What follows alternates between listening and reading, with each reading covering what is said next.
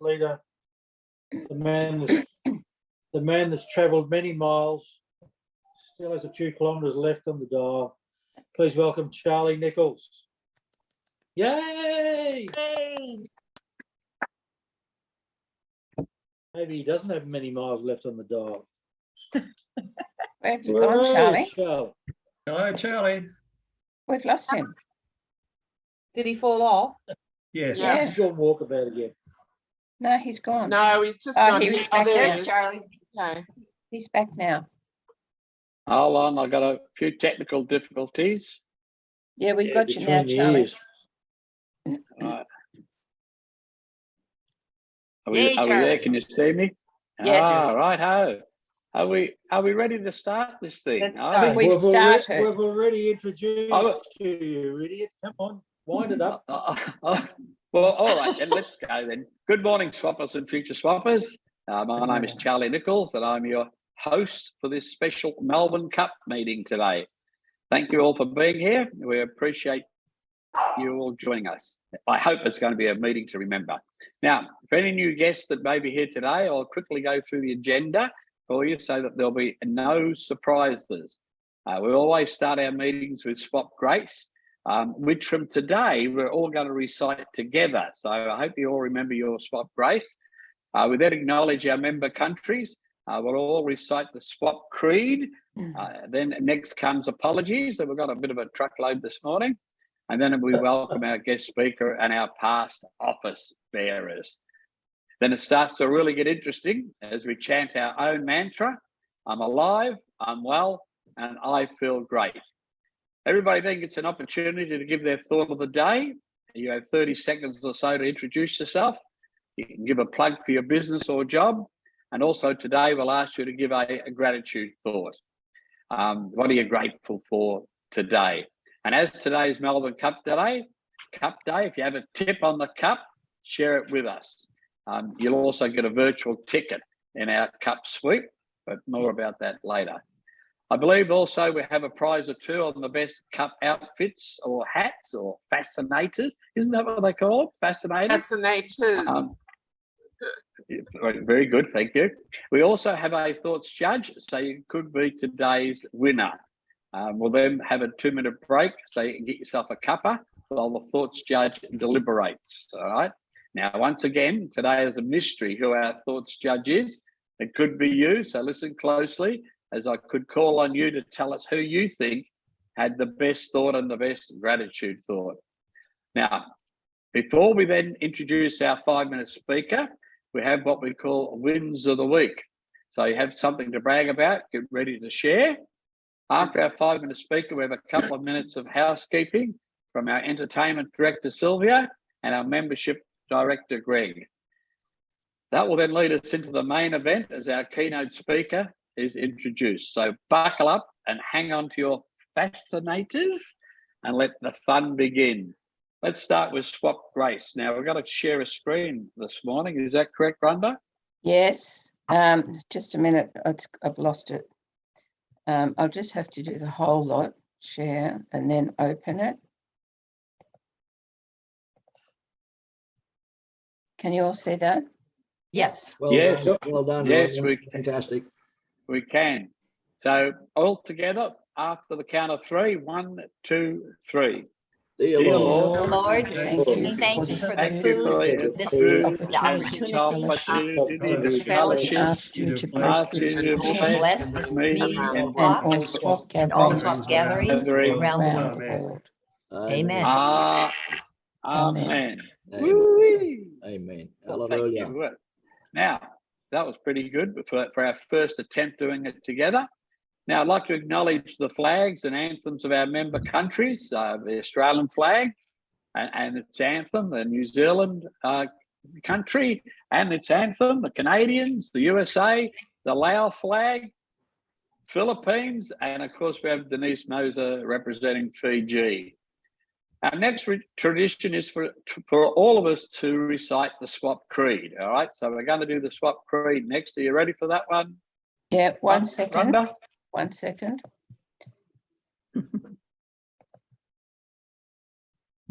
Oh, now I've lost my desktop. This is all very interesting. Yeah, it is because it keeps moving around when I change things. And now I've got my window over my little picture. Just let me move that one. And away we go. Swap creed. Can you see that? Yep. Yes, we can. Thank Okay. you. Are we ready? Once again, on the count of three. 1, 2, 3.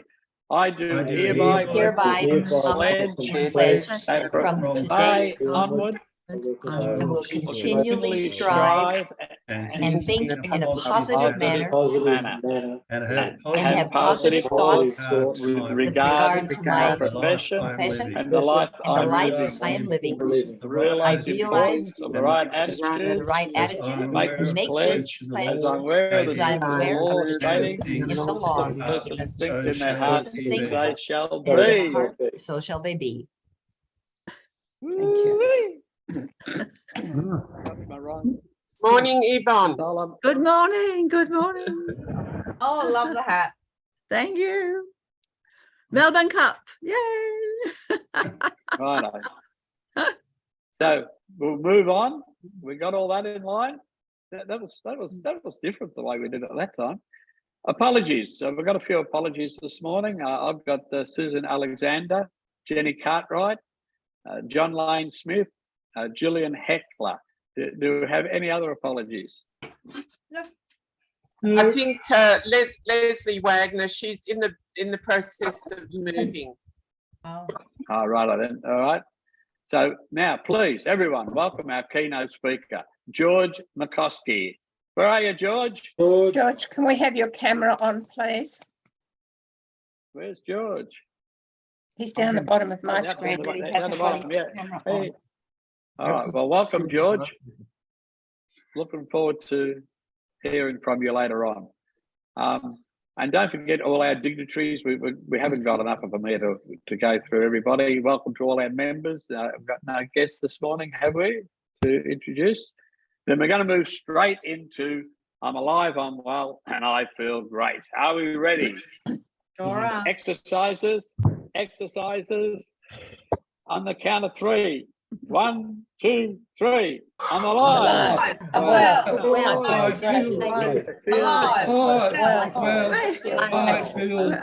I'm alive. Alive. Well, Well. I feel great. I feel feel Yay! Righto. Time for the thought of the day and also your Melbourne Cup draw. So everybody get ready. The prizes will be first past the post is $50. That's donated by Rhonda Buttery. Second is $20 donated by Greg Aldred. And the third prize is $10 from myself. And that's in the form of an IOU. All right. I'm sorry, the first prize was $30, Charlie, not 50. Sorry, what was it? 30? The first prize Oh, I is took it from the- $30, not 50. Sorry. First prize is $30. I took it from the our minutes, but well, there we go. And if you happen I'll to come send you a in fourth, transcript. if you happen to come in fourth, you get your investment back. All right. And so whatever you pay is what you get. Now, don't forget, we're going to have a mystery thoughts judge, so you better listen to everything. Right, I'll kick it off. My name is Charlie Nichols, and I'm unemployed, awaiting my next adventure. Now for my winning thought of the day. It's from Michelle Payne. You might remember Michelle Payne, who was a winning jockey in the 2015 Melbourne Cup. It was the first woman jockey. She said, "It's not all about strength. There is so much more involved. Getting the horse into a rhythm, getting the horse to try for you. It's being patient, and I'm so glad to win Melbourne Cup, and hopefully it will help female jockeys from now on to get more of a go." It sounds like a business, doesn't it? And my tip for the Melbourne Cup is number 3, Knight's Order. And you can look here, I get number 6. What's number 6? I don't know. And today I'm grateful for one door is closing and having the faith that another door is ready to open. Righto, let's go through. Rhonda, you're next. How come I'm always top of the list? My thought of the day is that there's always an upside. And it's been my experience that it doesn't matter how much shit goes on, there's always an upside. Yeah. Excellent. Have you got a tip for us for the Melbourne Cup? Yeah, I like the one with the circles. I forget the name. We were looking at it last night. It looks like a light you've colour got- shirt with circles that are no. round. It's about Everyone, right? 18, number 18, coming out of Well, barrier you've just 12. drawn. Oh, you just drawn number 12. Who ya my Mel? 18's been Who ya scratched, Mel? boys and girls. 18's Ah. scratched. Which one? 18 has been scratched. All Oh, right, has it? 18 has been scratched. What's its All name? right, so anyway, Lunar you're flare. at number. That's I the don't one. know, couldn't tell you. Anyway, you've got number 12. Rod me, Harry. You're next, mate. Right. Good morning, everybody from New Zealand, the sunny coast of Matata on the bay, in the Bay of Plenty, on the east coast of New Zealand. And I'm the inventor and seller of the world famous ultimate coupling lock, the hitch post. Now, my thought for the day, being Melbourne Cup Day and racing, is it's only a racket when you're not in it. Yeah, yeah. And my tip is for number 11, Young Weather. Oh, Well, you drew number 10, Vow and Declare. Number Now, 10. Pat Armiston, are you on board here, Pat? No, No. Well, let's go straight Rowan to Greg. Declare. Hmm. Me? Oh, Charles, Yes. thank you for remembering me. What am I doing? your name? Your thoughts of the day. Oh, Your thoughts. Remember? it's, Can you remember Greg your Eldred. name? I think so. I'll just have a look under the shirt. It's Greg Eldred from good old cold, wet Melbourne. I must admit I'm feeling the cold. I need a hug, Charlie. My simple thought is the only place where you will find that success comes before work is in the dictionary. Very good. Thank you. Thanks, Greg. And you've I drawn don't have a number tip for- 9. Don't have a tip for the cup, so All right. Well, you've drawn number 9, Stockman. All right, Stockman. number 9. $21 for Stockman. winning, $6 for. Yeah. Lewis Coven, are you there? He's in a meeting. no, he's not here. All right. Jeremy. Yes, sorry, I'm just responding on to a Facebook. message, having secret chats behind your back with one of the beautiful ladies in the group. Jeremy Britton from Boston Coin. I'll give you my tip first, and the tip is avoid the horses, buy Bitcoin. If your horse loses, you've lost all of your money, whereas if Bitcoin goes down, you've only lost 90% and you've still got 10% to play with. Oh, They're that's quoted, encouraging. and if it goes up by 1,000%, then hey, does better than the horse. Quote for the day is find a job that you love and you add 5 days to every weekend. Aha. Oh, I like that one. You've drawn number 13, Serpentine. Oh. 13, Serpent. Now, George, are you there? Can you give us a thought this morning? We're not able to get onto George. He's not got his camera on, and Jeremy's been trying to contact him off the Zoom. I've asked him to Righto. do that, but we've not got any response. All right, then. Well, let's go to Harry. Oh, thank you. Good morning. Good on you, Harry. My tip for the day is whoever the winner is, that's who I'm going to bet on today. And the real thought is there is no truth that exists within you. Everything else is what someone is telling you. Harry Kay, Ooh. Realway Connects Property. And anyone wants to buy or sell in Queensland, I'm the one. Excellent. Thank you.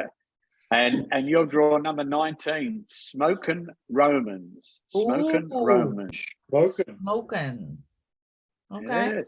Margaret Ash. Hi, everybody. Margaret Ash from Brisbane, and I have dedicated bookkeeping.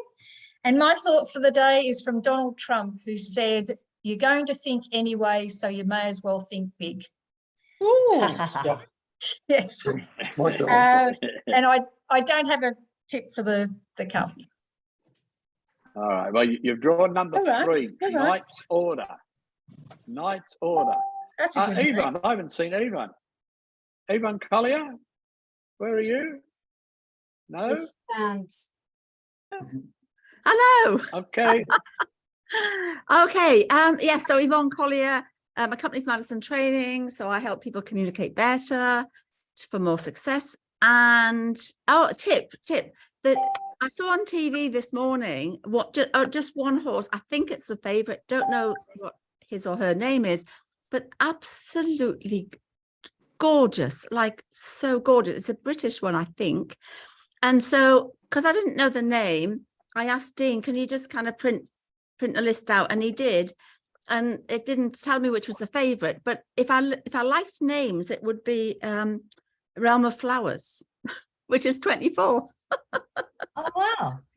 Realm of Flowers. I There thought we that was go. very nice. And my thought of the day is learning is the eye of the mind. Ooh. Learning is the eye. Ooh, very deep. And you've drawn number 16, Arapaho. Arapaho, thank you. Yeah, Arapaho. Sylvia. Yes, hello everybody. I'm Sylvie Morris. I'm actually the creator of the Brisbane Artisan Expo, which is in a week and a half's time. I'm so excited. We have 30 artisans going to be represented. So yeah, I'm anxious and excited at the same time. And my thought of the day, based on what it is today, Melbourne Cup Day, is every morning you wake up, think, life, ready, set, go. And I don't have a tip because I couldn't care less who runs today. I'm so anti the day. But what I am is I'm very grateful that my mind is still so active that I'm actually going to do another expo in July, all to do with upcycling and the planet. So I'm going from one expo a year to 2 expos a year, completely different. So yeah. Excellent. I'm getting Excellent. better in my health, so I'm just going to keep going. Well, you're And do I drawn need- number 2. Oh, Number sorry, 2? go on. Yep. No, that was it, Charlie. Thank you. All right. What's Well, you're what's drawn number 2. So, yep. Do assist. D-U-A-I-S. Do us, whatever that means. What was it? D-U. A-I-S, number 2. Thank you. Next is Anne Carlson. Okay, wonderful. It's Ann Carlson. Winning your second half. I help especially single women in their second half of life to finish well with divine purpose and growth and joy. And my thought for the day is along with the Melbourne Cup, and I have no clue who's running in the Melbourne Cup, but I like the number 11, so maybe that's double 1. So I'll go with that. You try to do the best with what you've got and ignore everything else. That's why horses get blinders in horse racing. You look at the other horse next to you and you lose a step. Aha, yes, very good. Well, you didn't get number 11, you got number 1. Gold. Whoa, Trip, okay. the top And weight. who's number 1? Next is Gold Gold Trip. Gold Trip. Goldtrip. Yes. Okay. Gold Trip, yes. Next is Jan Sky. Lovely to see you back, Jan. Hello, everyone. Yeah, I've been a bit busy. I graduated from uni in 2020 in applied neuroscience, and I created a leadership program called Brain Potential Leadership Powered by Neuroscience. So I guess I'm going to use part of that as my thought.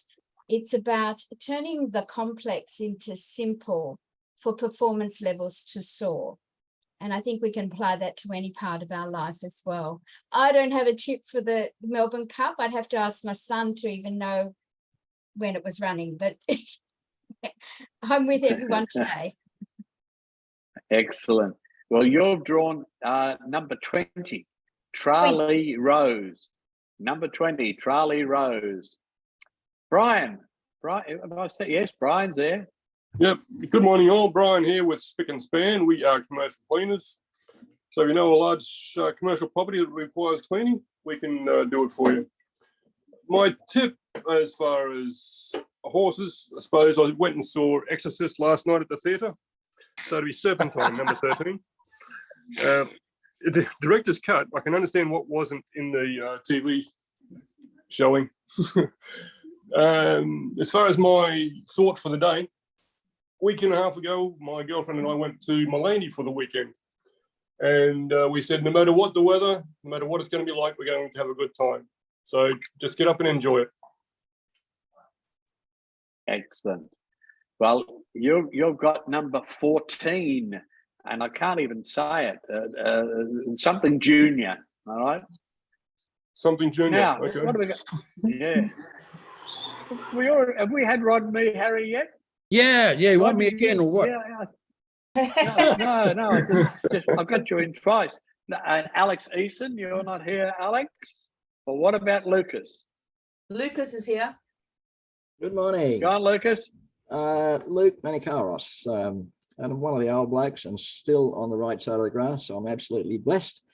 And I think the positive mental attitude has a lot to do with all of us being older and still up there and having a go. I've been accused of saying way too much on too many occasions, so today I'll keep it short. Accentuate the positive and eliminate the negatives. Oh, yeah. Now, as we all know, in the whole of creation, for every single thing that exists, there's a negative and a positive. So we have to help them find those positives, don't we? As far as a win for the days are concerned, I do a lot to keep myself healthy.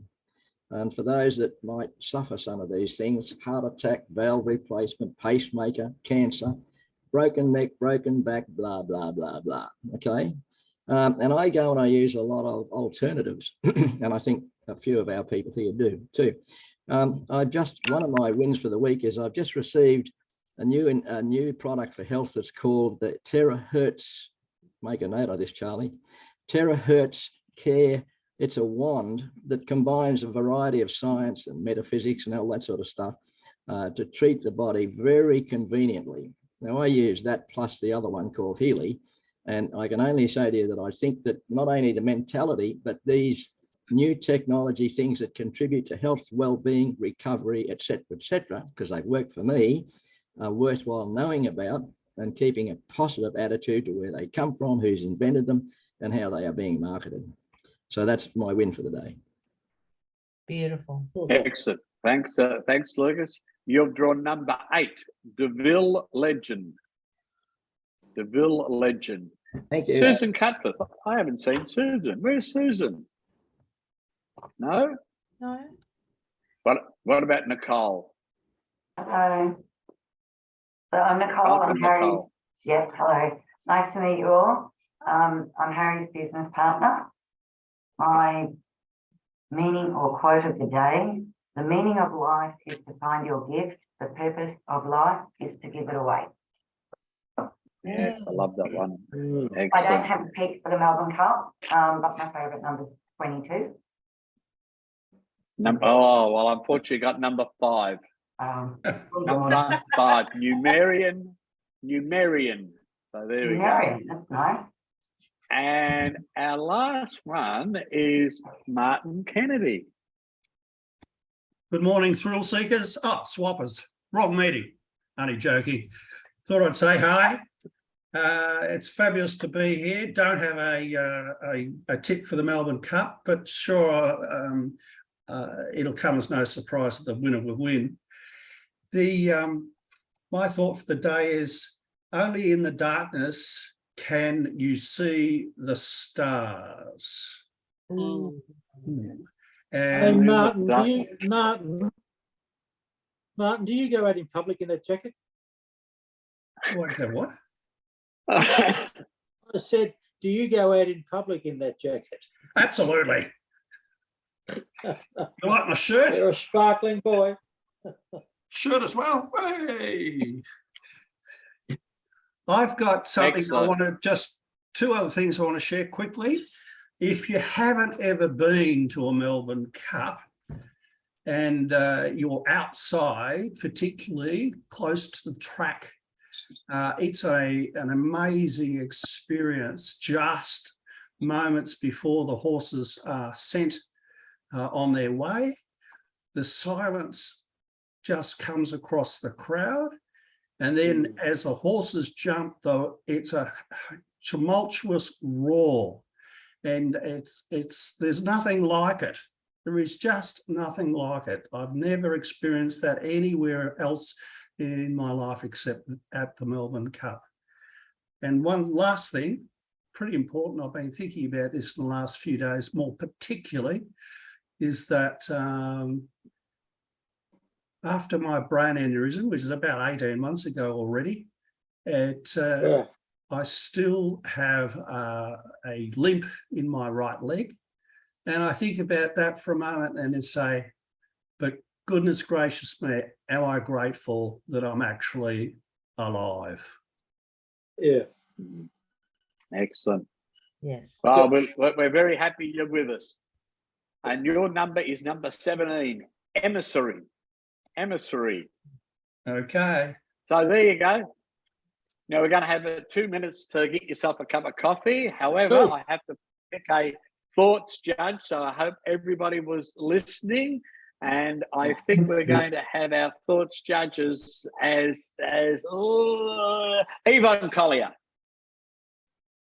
You're our thoughts judge, all right? So let's have a 2-minute break, and then we're going to come back with 3 wins of the week. Yes. Charlie, you better send me that list of horse winners, horse draws. Oh, yeah, I've got it all. So Thank you.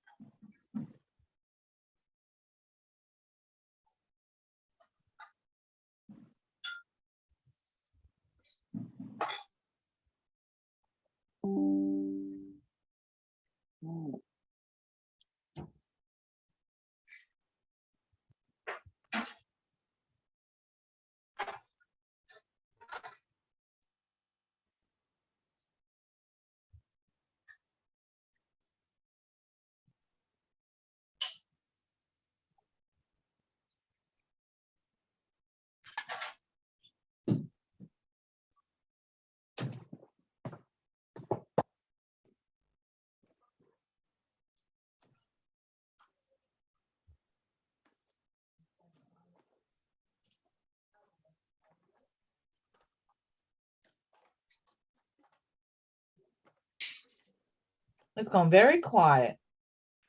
yeah, it is. And I've lost the screen. I've never I heard can't us find so my- quiet. And I can't find my screen. Oh Where no, am I? I can see you. Well, I can't see anything. I've lost. I've lost my screen.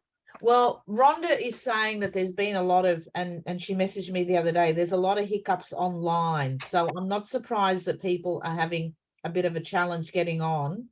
I would imagine that the whole country is online. Not that people don't work, but when people are online for, horse racing and the rest of it, you know what happens? It just goes crazy. Oh, here it is. I found it again. Don't go anywhere. I think I've got you. Yes, I'm back. All right, let's get back into it, shall we? Everybody. They're off to the races, Charlie. Well, we're going to start with 3 wins of the week. Has anybody got a win they'd like to quickly share? I have. Yep, go. So this week, we well, the last few weeks we have been talking about a property with my brother, and this week we went unconditional on a property. So we're feverishly packing boxes, which is my hobby for the week. When I don't have any work to do, I pack boxes, ready to move and groove, and we're moving north, so it's all good. Excellent, excellent. Anybody else have a win of the week?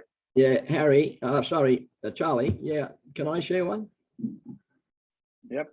Yes, please. Okay, look, a win of the week is probably in the main insular to myself. But what I'm about to share would have application to people that are on this meeting today. The gentleman in hospital, who's that, Yes. Brian, Martin with the aneurysm, etc., and many others. Health, I sign off on my correspondence and I say be wealthy, and I spell that a capital W, grave a capital HEALTHY, because you can't be wealthy if you don't have your health. Correct. Doesn't matter how much money you got, how much business you got, how successful you are, what your history is. If you don't have your health, then you've got a problem. Yep. So I'd respectfully suggest that the new technologies are things that are well worthwhile knowing about. I can say to you, and I stand not very tall, but tall in the truth, that the two technologies I'm about to mention, and I'm not trying to sell anything, although we all know nothing in the whole world happens unless a sale is made. Correct. And so there's a million people out there needing people like ourselves, yourselves, right? So make a note on this for those of you that feel health challenged, and if you don't know about them, and Rhonda, you asked me about this last time. Look up Healy, HEALY, Device Sciences. 2 million users around the world. Not cheap, but it's just the most amazing technology, and I've had it for 4 years. I lost it. The insurance company paid for me to get it back, and I got it back recently. And I can tell you, it really is an incredible contribution to my health and well-being. And as most of you know, I'm now 83 years of age. Okay. Now the other one is, if you look up terahertz science, terahertz, TERA, Hertz, HERTZ technologies. Right now, I have a business background that touches on these things all the time. The application of that science, technology, physics is going to have amazing impact across a variety of industries, including the health and well-being sector. So I went ahead and bought one the other day. It's just arrived yesterday, and it's easy to use, and it's got amazing applications. Now, it does come from China, and that tends to suggest a little bit of cynicism, except that they're way ahead of the game on so many things that's not funny. So my approach to this is all these alternatives are helpful. What we see with the traditional medicine situation is not necessarily helpful in many cases, right? Apologies to those that might not think that way. So I repeat myself, and I'm sharing with you because it's not personal to me, but it's a win-win for me. Healy Device or Healy Sciences. HEALY. Thanks, Lucas. Right. Thanks, mate. We need to move on. We're going to run out of time otherwise. Okay. Thank you for that. Rhonda, are you going to be announcing the winner of the best dressed or the best fascinator? Yes. Do you want to do that now? Yes, we'll do that now. Harry, we haven't really had a good look at your hat. Oh, mine. Okay, well, it is 10 out of 10 for creativity, but our winner today is Anne Carlson. Oh, obviously. Good choice. Well done, Anne. And a special mention to Yvonne Collier. Yes. Excellent. And now we're moving straight into our thoughts, Judge. Yvonne Thank Collier. you. Yeah. Actually, let me just, if I may, just do this. I've just put in the chat.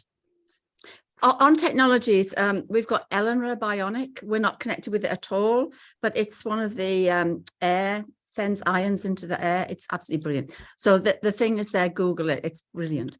Okay, now I've got lots of highly recommended. So I'm going to read them all. There's 5, and then I'll tell you which is the winner. And not in any particular order. Martin, I really liked yours. Anne Carlson, also Jan Sky, Luke, and Margaret Ash. And then I'm actually into muscle testing, and I muscle tested, and Jan Sky's the winner. Yay! Can you repeat your thought, please, Jan? Oh, yes. Where did I write it? I've forgotten it. It's turning, oh, here it is. Turning the complex into simple for performance levels to soar. Yeah. Excellent. Thank you.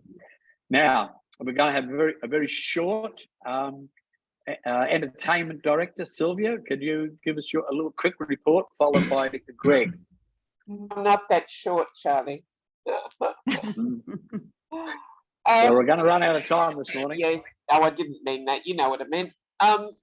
Okay, so the convention for next year is in April, and we're going to brilliant Bonza Burner, and we've started our numbers. We haven't quite got to where we want to be yet. So those that are sitting on the fence, Martin, you haven't booked yet. Greg, you haven't booked yet.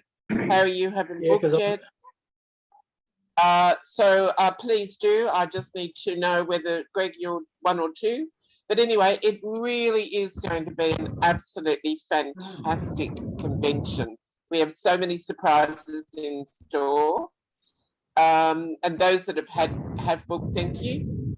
Yeah, I'm pretty excited about what's happening at Boona. Excellent. So come and join us. Thank you. Read it thoroughly and book.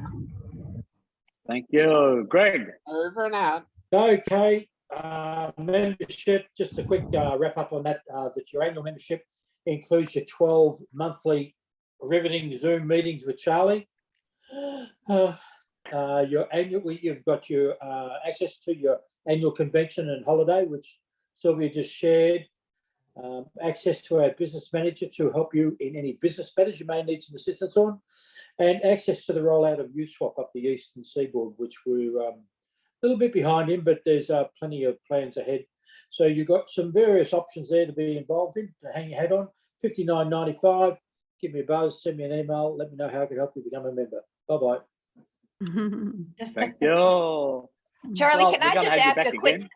can I ask a quick question about that? Because I tried to sign up for a membership, and they were requiring a physical address, not a post office address for SWAT. I don't know if anybody else has had that problem, or if it's something with the international stuff or whatever, but do we have a physical address?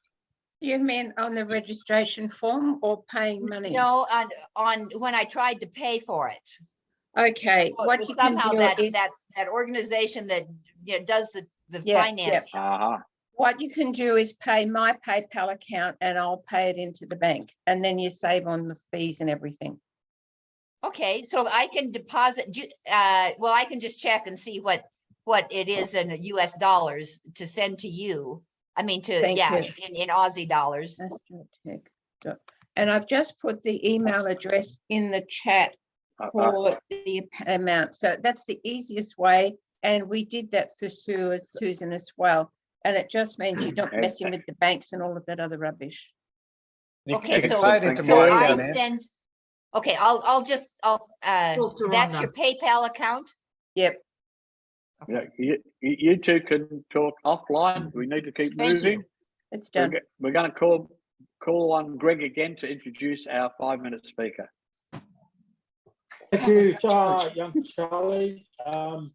The 5-minute speaker segment is, I'm a little bit passionate about the 5-minute speaker segment because it allows our members to get on stage and share 5 minutes of their life, their history, where they've been, where they've gone, what their business is. And today, it's great to have on board Nicole Coughlin to share for 5 minutes. Nicole, over to you. Hello, everyone. Thanks for having me for 5 minutes. I appreciate it. I have a company called Institute of Online Business, and we do basically anything to do with online. So websites, digital marketing, etc. the space is very big at the moment and expanding. I used to do courses that I taught students about how to get online. Harry and I have been business partners in a few different adventures, I'd say.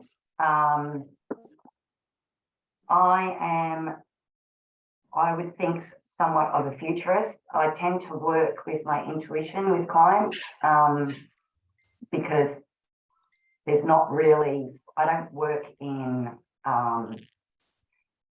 so to speak, with templates. So we work each different client, we have a look what they need. We mainly work in platforms and subscription-based membership models. So if anyone needs any help with that, I am based in Melbourne at the moment, and I do most of my work with Harry online. I'm an avid learner, so sometimes potentially take on a little bit too much. I'm doing my diploma in business and leadership at the moment, and I'm also doing my master's and my doctorate in metaphysics. So I'm interested in all sorts of technologies.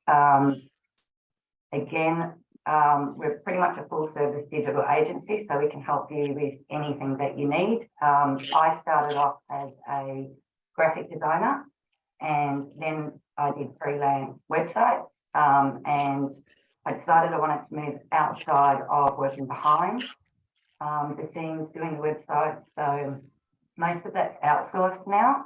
And Harry and I have 6 different websites that we're working on subscription based. So as much as we have clients, we're also working on our own models, and hopefully they'll all take off. And next year, this has been a great year so far. We've done great work with our clients, and we hope to be able to do it next year and going into the future. And basically just tapping into trends that haven't been picked up yet, but again, working intuitively more so with people. And that's pretty much it. So Institute of Online Business, there's business within that, Miss Connects, and yeah, pretty much about myself. I'm not used to having so many people looking all at the one time, sorry, because I haven't been in this. So maybe next time I'll warm up a bit more and won't be so nervous.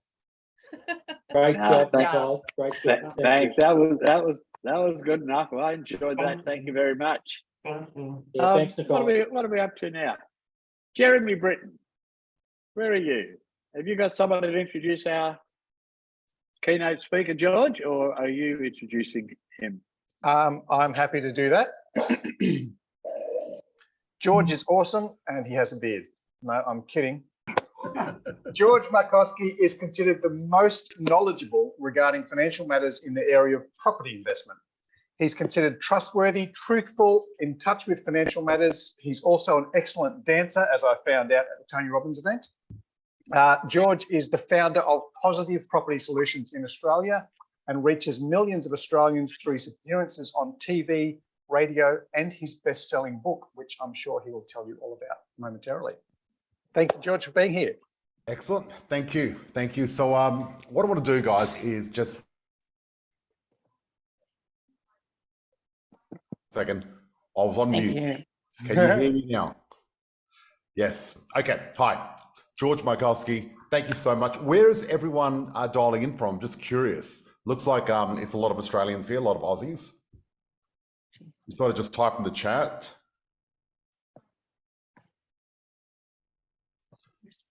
Okay. Colorado, USA. Colorado, New Zealand. Gold Coast, Brisbane, Laos, Sydney, Melbourne. Wow. So we've got quite an international group of people here, which is great. Excellent. And I don't know if a lot of people that aren't from Australia know, but today is Melbourne Cup.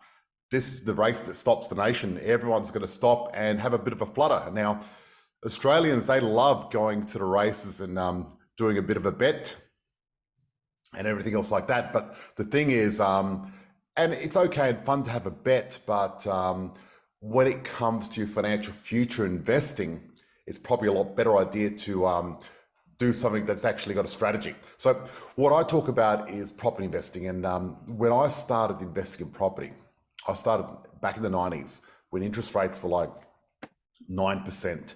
And when I started, I used to buy a property, it was minus 300. And I went to a lot of different seminars. And after I had about 3 properties, I ended up working 7 days a week. And I was thinking, well, I can't get any more properties because I can't work more than 7 days a week. So I had a choice. I guess the choice was, give up property and try something new, or really figure out property. And you could probably choose. You probably know which door I chose. I chose to work out property and work out what's happening. And I call that my $1 million decision. And basically, what I did is I decided, one, that I was going to just work it out because quitting was an option. If you quit, you're guaranteed to lose. Number 2, I decided to ignore everyone else talking about property, and I decided to find mentors that had real life results. And I went on a bit of a journey, and that's how I ended up at 37 with 10 properties, making $180,000 a year. So that's my story. And now I'm going to show you what I learned and how it works.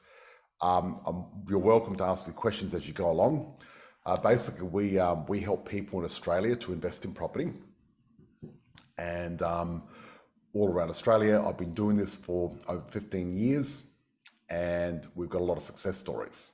And basically, actually, we've had 100% success rate with people joining our program and doing the work, which is pretty cool. And I'm going to show you what we do.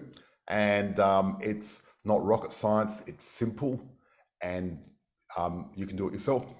So, why property?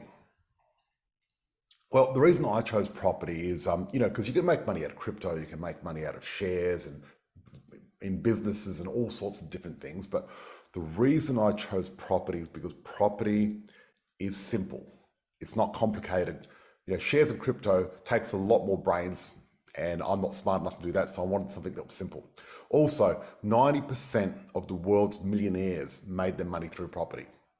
So, the way I see it, and if you're fans of Anthony Robbins, he says, if you want to be successful at something, model something that works. And I wanted to model something that works that was going to have the odds in my favor.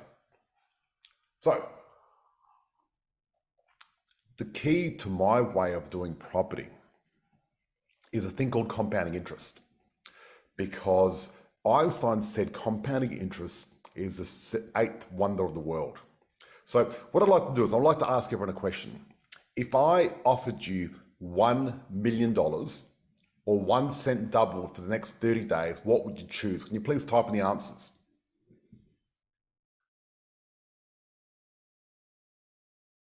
$1 cent. Anyone going to take the $1 million? 1 million, yep.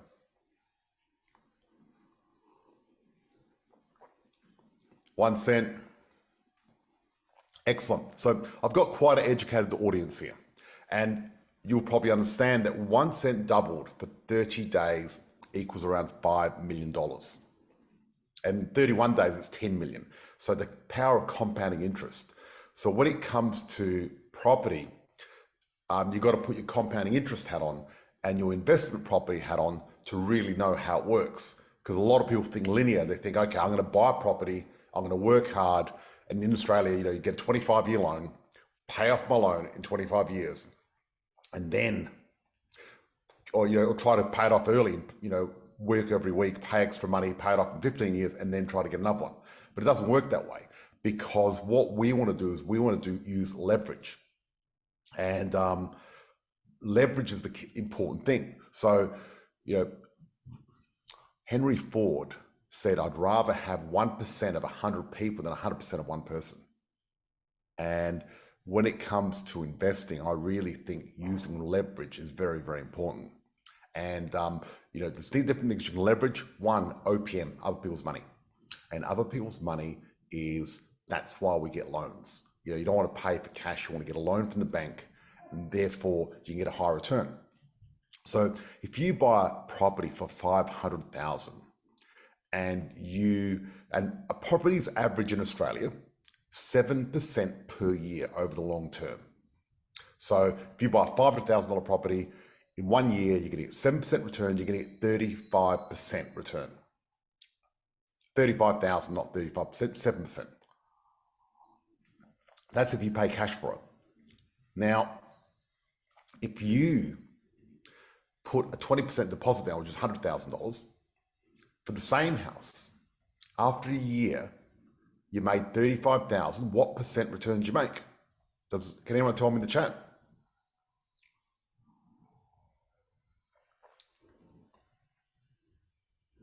$100,000, 35,000, that's right, 35%.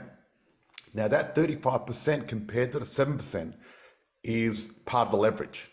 And that is the key, because then what happens is you make that 7%, then the next year, because you've made 35%, the leverage is even higher, and then it keeps going. And pretty soon, you invest $100,000, and in around 7 or 10 years where the property doubles to 500, then that means your 100,000 has multiplied and you got a 500% return within 7 to 10 years. Does everyone follow that? Because I'd like to show you some illustrations, but I'm having a few technical issues on my new Mac. So I'm going to be having to explain things. I'd love to be able to draw a little bit. I might, but I can't draw at the moment. So what I'll do is I'll just have to paint the picture in your head. So that's 35%.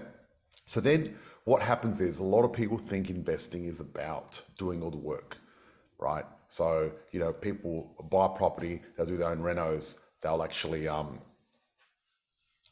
manage the property themselves and do all that sort of stuff. But the thing is, what you want to do is you want to leverage that as well, because leverage is the name of the game. So smart investors, what we do is we get a property manager to do it. So then the property manager, the tenant, the bank, and if you structure it right, you get your tax back, and the tax does all of the heavy lifting. However, there's another thing you need to look at, and this is the most important part. When you're investing in property, you need to know what property to buy, what type of property, where to buy, and when to buy. Would everyone agree? Because you need to know what to buy, because you don't want to buy the wrong property. And the important thing is the stats. And it doesn't matter what country you come from. These days, we're very fortunate. We've got a lot of statistics, and we can work out what is a good deal and what's a bad deal. And if someone can just give me a timer every now and again, that'd be great, just so I know where I'm at, so I can make sure that I finish on a high, which is good. So what is the most important thing that's going to push a property up? Can someone give me a few ideas? Can someone type some ideas in? Is it being close to a school, being close to a city? What's going to make a property go up in value? What do you think is going to work?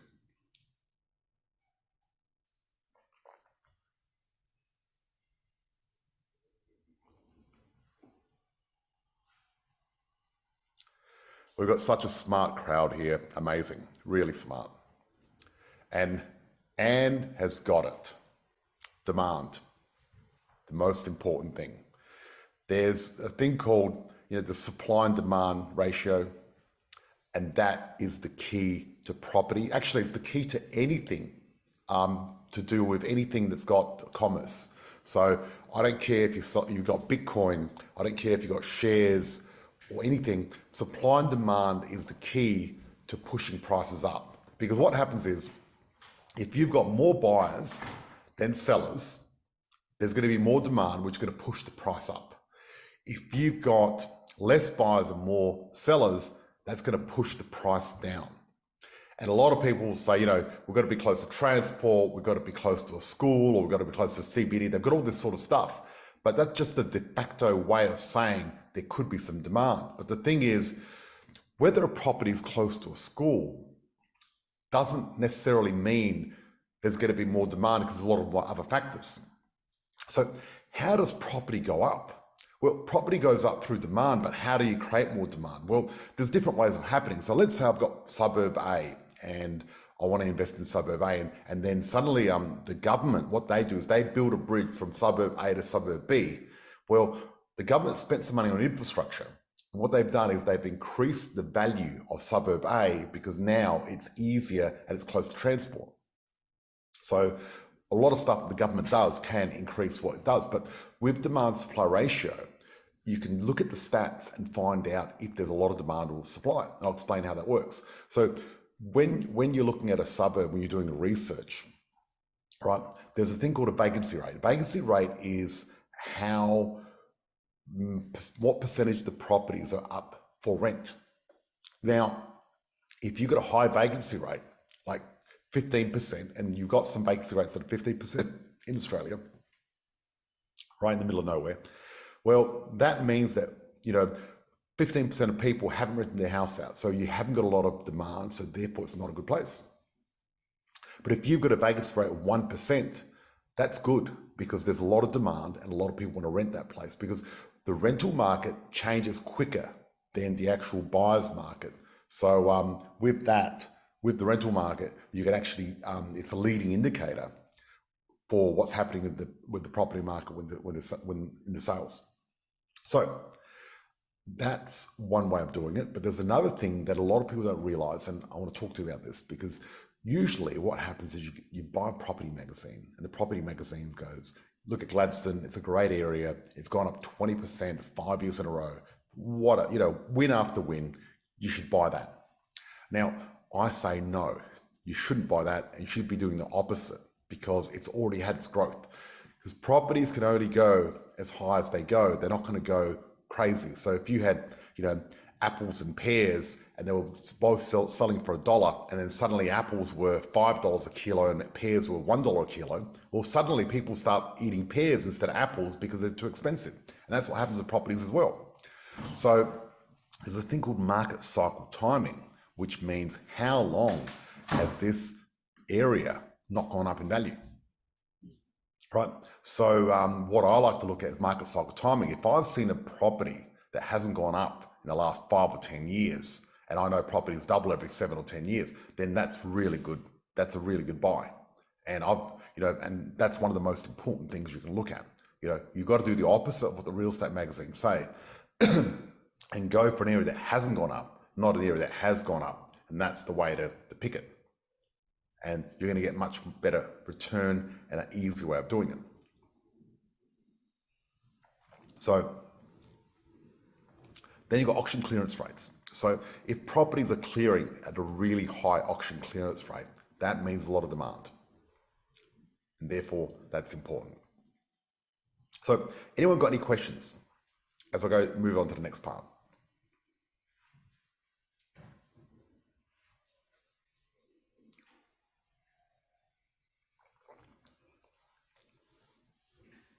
Okay, what state? Look, with the states, I'm an expert in Australia. So what state is best? So what I look at is I look at comparisons. So you look at Melbourne and Sydney, the median price range is around $1 million. Melbourne's just dropped below that because it's going down. Canberra's $1 million. Then you got Brisbane, Adelaide, and Perth, which are lagging way behind that. Right? So because of that, I'm seeing there's a gap. So that gap's going to get filled. They're not going to be the same, but I'd want to buy where there's a gap in the price. So if you've got 3 suburbs that are $600,000 each, and you've got a suburb next door that's $400,000 average price, that suburb that's worth $400 is going to get pushed up because the suburb's near it. So that's what I want to do. I don't want to go and buy in Sydney now because it's already at the peak of the market, right? But Brisbane, Adelaide, Perth is excellent buying at the moment. It's really, really good prices. They're dirt cheap. Now, at the moment, what's happening, and this is the thing, pre-COVID, what happened was everyone shit themselves and thought property is going to go down and decided not to actually buy properties. And I was telling people, look, you can't look at the short term because the short term doesn't matter. Okay, how about regional Queensland?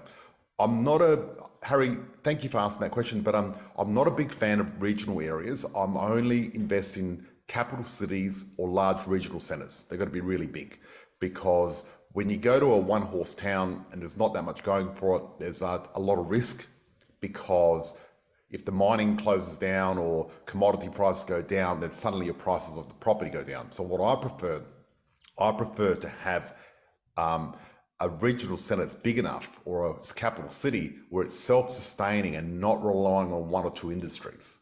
Because if you're relying on one or two industries, you're leaving yourself vulnerable. So I like multiple people to be able to work and live there for multiple reasons, not just because there's a mine or there's a big factory or there's the RAF bases, things like that. That's what I look at.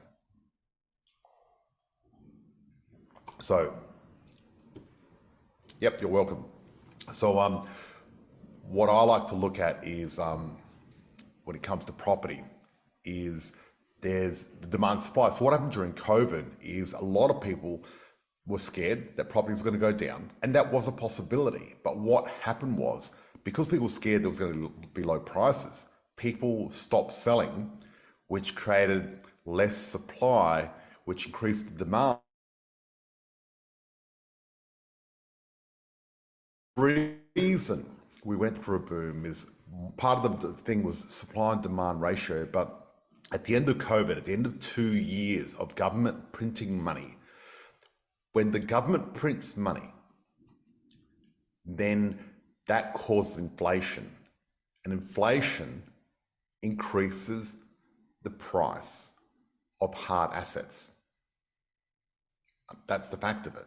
So inflation increased the stock market, it increased cryptocurrencies, increased property.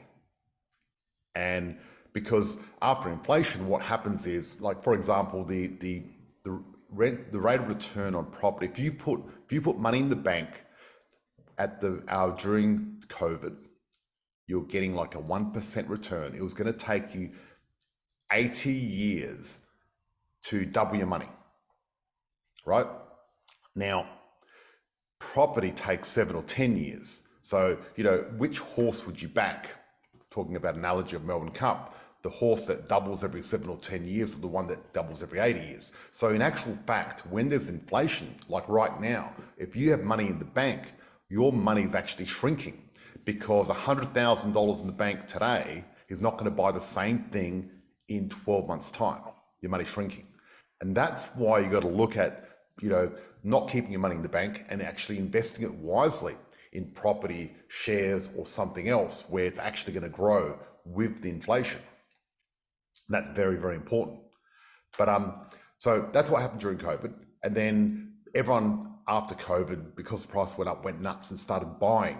And I called that a buying frenzy. And what happens is we've got a property clock. So you've got 12 o'clock's the peak, 6 is the bottom, and 7 is the recovery phase. And what happens is we hit 12 o'clock when everyone's going crazy, when people are at barbecues and hearing their uncle saying, oh, you should buy property and all that. When you start getting advice from people that you know that aren't really property gurus, that's when you know the market's very hot. So the people that bought right at the peak at 12 o'clock, they're the ones that are a little bit vulnerable now, because we've got a correction happening. Because, you know, a lot of people are saying there's going to be a massive drop in property prices, but it's going to be, you know, 10, 15%, but we've already gone up 25%. So it's not going to go back to what it was. So a lot of people fear the drop, they fear the correction, but the correction is going to be there. You might as well get used to it. And when it comes to timing, if you wait for property, you're never going to get into it. What needs to happen with property, you buy property and you wait. And that's the key, because of the compounding interest. You know, it's not one of these get rich quick sort of schemes. So if you want to invest in property and make money quickly, it's not going to happen, because it takes time. That's the fact of it. So in Australia, we're in this unusual position where we've got a lot of immigration. We're getting 150. Do you factor in yield or year-on-year rental growth as an indicator of demand? Okay, so Jeremy, great question you've asked. I do factor in yield as part of the demand, but with property, yield is a strange thing, and I'll tell you why.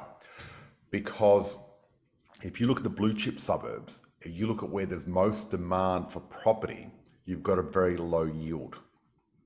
And the reason being is people are willing to get a lower yield on property if they really want to buy that property. So, for example, if you buy a house on the beach in Australia, you're going to get less than 1% yield. The reason being because everyone wants to live there. So with property, it's different to shares and other investments because a lot of the purchasing is actually emotional, and that skews the numbers. So if you're buying shares, the yield is important when you're buying shares, right? But when you're buying a house that you love, you don't care about the yield. You just want to buy a house you love. And because of that factor, it makes real estate a different sort of kettle of fish. So what happens is what you find in real estate is the opposite, that the less desirable a suburb, the higher the yield. And I know that sounds counterintuitive, but that's the way it works. So if you want to get a high yield, you got to go somewhere there's no capital growth, out in the middle of nowhere, and you're going to get a really high yield because no one wants to buy that property, and therefore the value of the property is down, but you're getting a lot more rent for it. Hope that makes sense. Yeah, immigration, yeah. So the government now in Australia, we've got 950,000 applications for people that want to immigrate to Australia, and we get 150,000 people a year immigrating to Australia. Now, that's massive because basically we've got a housing shortage in Australia. It's a massive shortage, and if you get 150,000 people come to this country, you're going to need 50,000 dwellings for them to live in. So for every 3 people that immigrate to Australia, we need to build 1 dwelling. And we're already behind, way behind. So, here in Australia, we've got a massive shortage, and the population growth is going to mean there's going to be a lot of boom times for property, because property goes up when the economy goes up and when population goes up. And we're one of the only countries in the world where population is going up. So you look at Europe. Europe's not a really good place to invest at the moment because population is going down.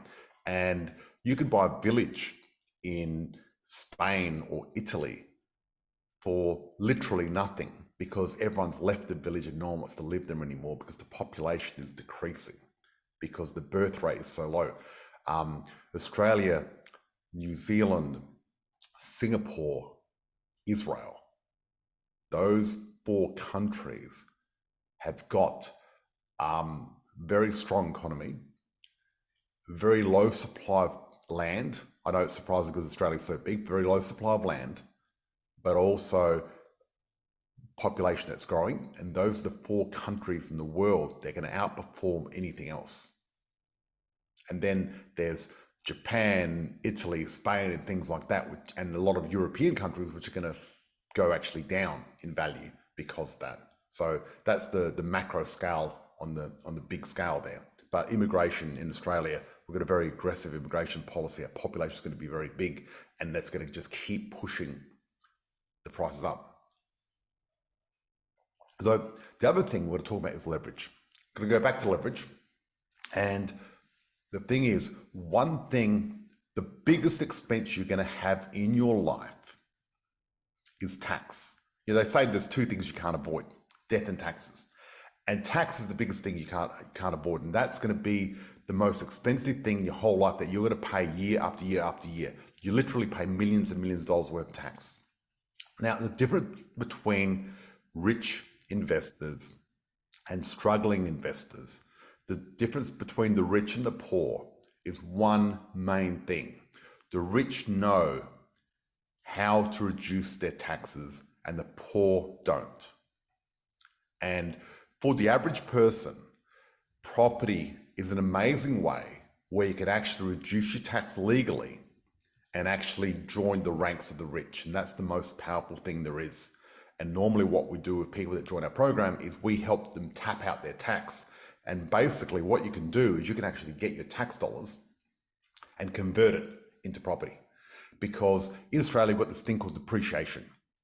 And depreciation is when you buy a property, fixtures and fittings in the building are going to go down in value. That's what they say. But obviously the property goes up because of the land, the position, and you can actually depreciate that. So we're legally able to do in Australia, what you can do is actually buy a brand new property, depreciate the property so you lose money on paper, but make money on real life. And that is the big aha moment. And that's the thing that changed the whole thing that I was doing before, where I was losing money on property and I was going from negative to positive, and that's the key. So I've had people in the last 2 years where they bought a property, they've made $200,000 in the property, but on paper they've actually lost 20,000. So they're getting a tax deduction for making 200,000. Is that amazing? And that is the most amazing thing, and it's legal. Probably the only legal way of getting your tax back without losing money in Australia. Because every other way that I know of, you're actually going to lose real money. And you don't want to lose real money to get a tax saving. That just doesn't make sense because you're only saving a certain percentage. So that's my presentation for today. If anyone's got any questions, I'll open the floor for Q&A.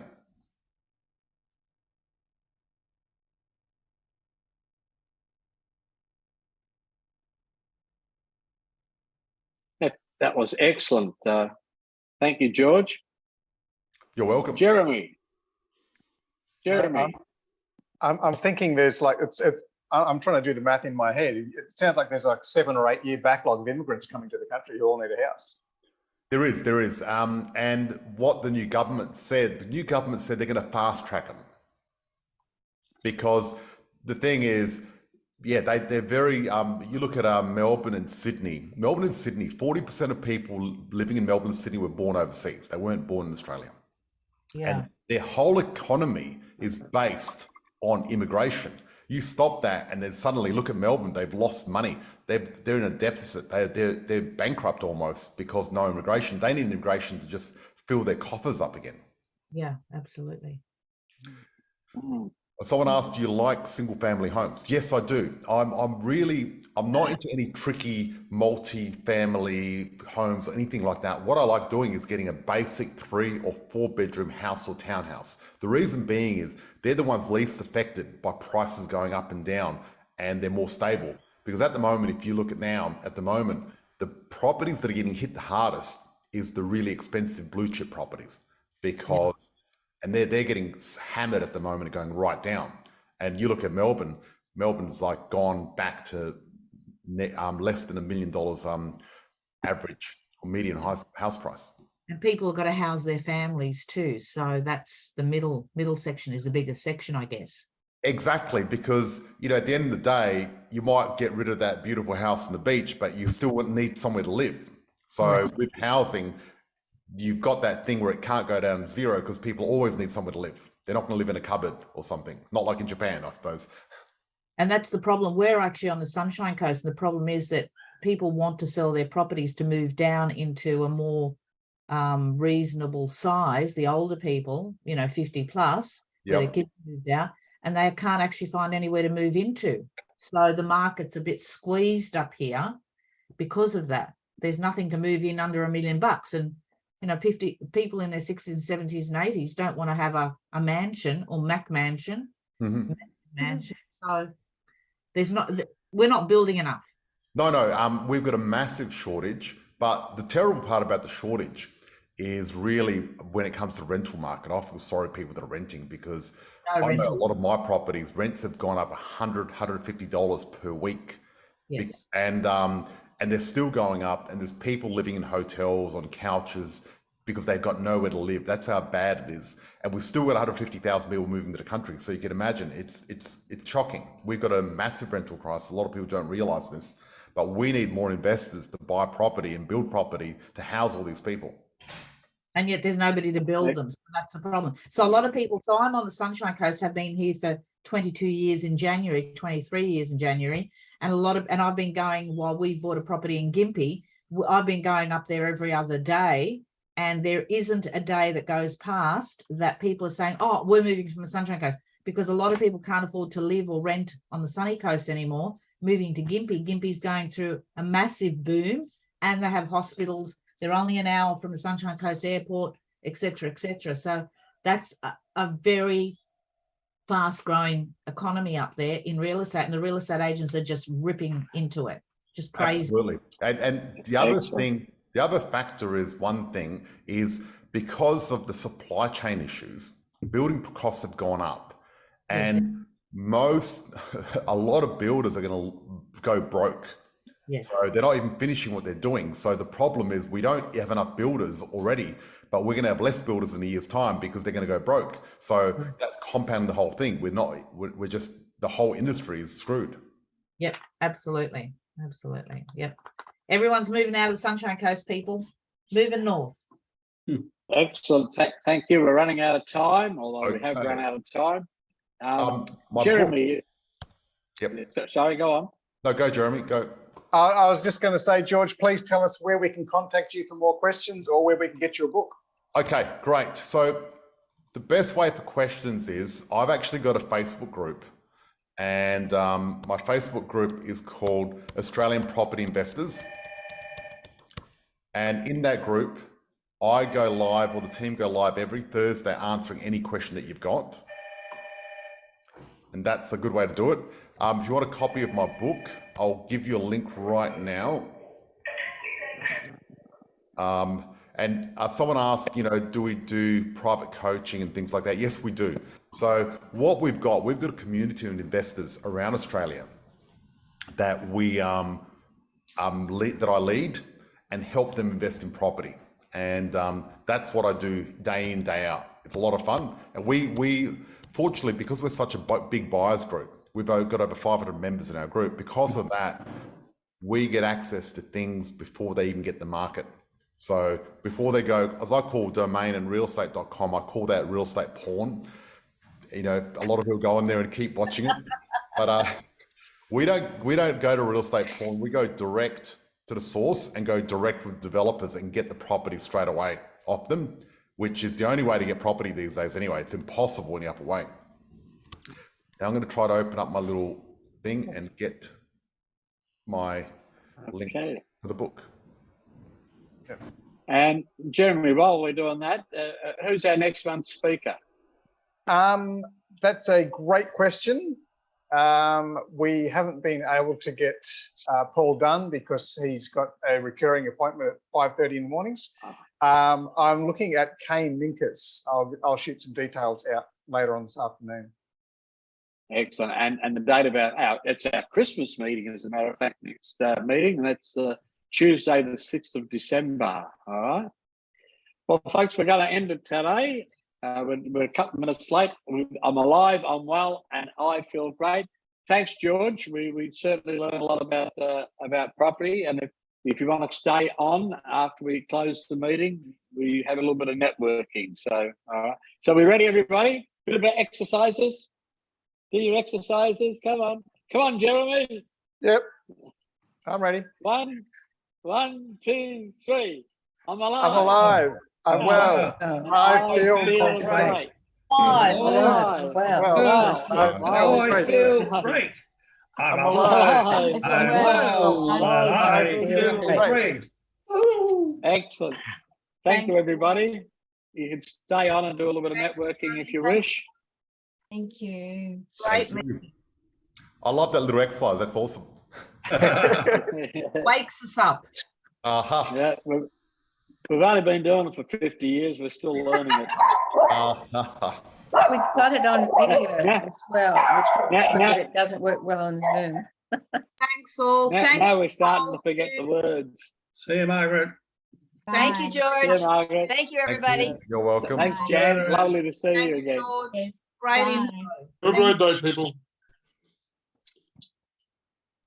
You've done well, George, when you've impressed the real estate agent. Yeah, you're right about that. Definitely. Lucky I didn't go on my little normal thing that I talk about real estate agents, because normally when I'm doing research in an area, the one thing I do is never ever talk to real estate agents, because they want to sell your property they can't sell. But what I talk to is property managers. Property managers, they're on your side. They want you to buy a property they can rent out easy. So they're the best people to talk to. They're great. Interesting. I've actually got a couple of messages here while you were talking, and someone's like, yeah, George is awesome. We want to book him again in 6 months' time.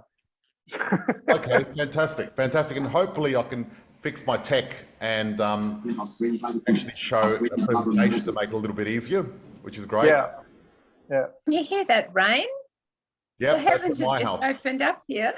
Yeah, wow. Yeah, it's really like I've never seen a November this cold and wet in Adelaide ever in history, because my birthday is on the 5th of November. It's always really hot and bright and sunny. So yeah, it's crazy. Can I ask a question? Yes. George, with all that background, and I've been around that business for a long time. In all the work you've done, have you been able to profile a buyer, an investor, a property investor? What you say is 100% correct. My experience is that the person the buyer, the investor has to be qualified. They have to have certain characteristics in relationship to the risk factors, right? What follows on from that is, do you make recommendations as to a no-go zone for, say, a particular local government council area or something like that? Do you also, I suppose you analyse such things as flood zones and all that? The recent inundations we've experienced have probably taken a lot of areas out of the marketplace. I was working on one in particular on the northern region in around Biwa, and they were just about to put a whole new town plan out. But so much of it became inundated that the town plan has had to be suspended. So there's a lot of risks in it, and they don't necessarily suit everybody. The other risk we got in this country today is the political and the economic management. So I think to go out and give the sort of advice that you and I have given in the past, those are the sort of things that we probably now need to take further into consideration and make some meaningful history-based recommendations as to whether this is suited to you or not, because I found that probably 1 out of 3 people that want to get into property just don't qualify for a lot of reasons. Look, the main reason people don't qualify is mindset, right? Because it's difficult, it's not easy. Buying a property, investment property is scary because you're investing so much money. And what a lot of people do is they do all the work, and I see this happen over and over. They get to the finish line, they've got one more step to go to the finish line. They're like, oh, I can't do it. It's too hard. And I guess that's why I've created a community, so people can help each other and work together to sort of get past that. And people can each week look in the Zooms, other people succeeding over and over and over again until they're ready. So I find the hardest thing is mindset. Here in Australia, it's very easy economically to buy a property, investment property, but emotionally it's hard.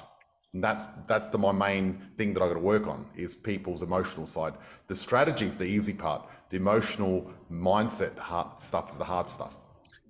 George, I might make a couple of experiential comments with regard to that. Mm-hmm. When my wife was alive, and prior to that, unfortunately, we got divorced and wrecked our whole portfolio. I had 4 properties, both some in Geelong, Adelaide, then subsequently back in Melbourne. When we bought 2 townhouses at the same time in Williamstown, Melbourne, my wife was, oh, it's too much, it's too this, it's something like, oh, what about this, what about that? It was just question after question after question and concerns. So as we're walking away from the people that were endeavouring to help us buy, I came up to a building and I patted the wall of the building and I said, do you mind how much mortgage you have on it? And I sort of listened, put my ear to the wall and to listen to the answer. Of course, there was no answer. And I did that, I repeated that exercise, you know, as to percentage, you know, 10%, 20%, half, 50%, whatever, till my wife understood the property doesn't care one little bit about how much mortgage it's got. It's all in your head. Yep. And if you get through that, it's great.